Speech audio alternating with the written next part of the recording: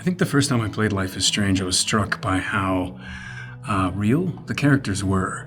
Just kind of instantly enchanted by it. It was just so different. Life is Strange has caught lightning in a bottle because it represents the real life that we all live, and yet it allows us to be someone we're not. When we approached the Life is Strange remaster, we wanted to focus on several core areas where we could really enhance the work that Don't Nod had already done and the work that we had done on Before the Storm. The biggest things that we're focusing on would be character model improvements. So as we bring up the poly counts, we're increasing detail, we're increasing fidelity. We're also looking at our facial rigs, we're looking at MOCAP, and we're looking to improve the performance in a way that helps the characters emote on an entirely new level. These characters have a very unique look and a very distinct style that we had to stay very true to. We didn't even want to think about altering or somehow changing the look and feel of these games. We're huge fans of them. We think they're brilliant. We weren't about to step on that legacy. I think the hardest thing is when Before the Storm was over, you sort of had this feeling of leaving behind some of that stuff that you'd become so familiar with. And so, yeah, it's a wonderful thing to be able to go back and work on them again. Getting a chance to work with Chloe and Max is just fantastic. And those are the pieces of the game that I get the most excited about and really geek out. Is like, oh, now I'm gonna take this character apart and see exactly how it was built, and how can we upgrade this and keep it Max and keep it Chloe. We have gone over all the textures and we're going through the hair and we're giving it some dynamics so it moves more fluidly. So the focus was completely unfaced. We completely rebuilt all the faces with higher poly counts, with higher bone counts, to allow us to put this new face capture data that we've captured onto the characters. And again, the goal with all of this is to get more emotional performance. I think subtlety's the right word for it. I think and a lot of times in game animation and game narrative, the dialogue line is the point.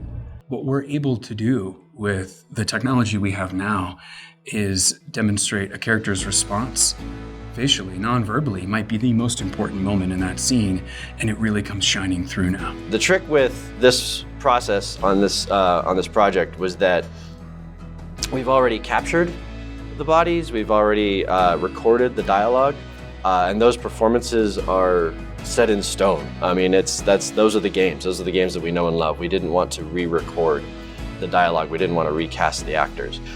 So we brought in a really specific kick-ass team of actors. They're providing all the inflection and all of the nuance and all of the thought behind the eyes, if you will, on top of this dialogue.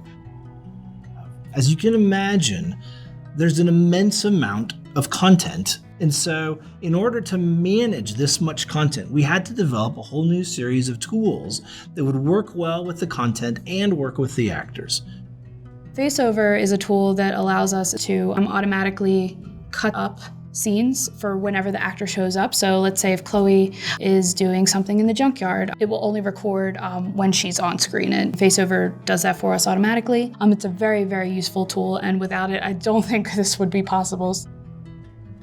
They dot me up, I put my hair back, we put the helmet on, do a shake test.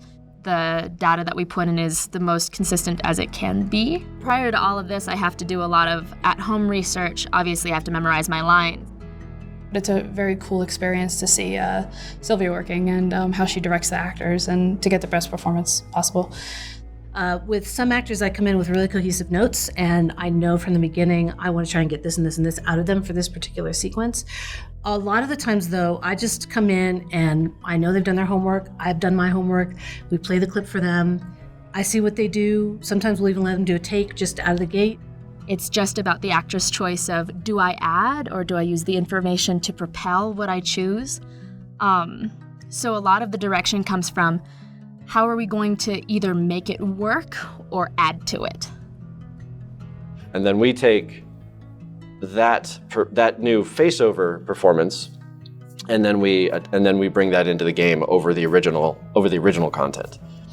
It looks so cool, and I remember specifically shooting those scenes and what our actors had done and how expressive they were, and to see that translate over into the new remaster is totally cool. It's awesome.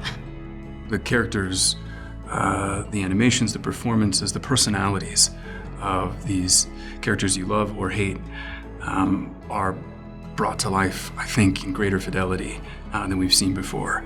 And there's the chance you'll see Arcadia Bay, you'll see Chloe, you'll see Max with new eyes.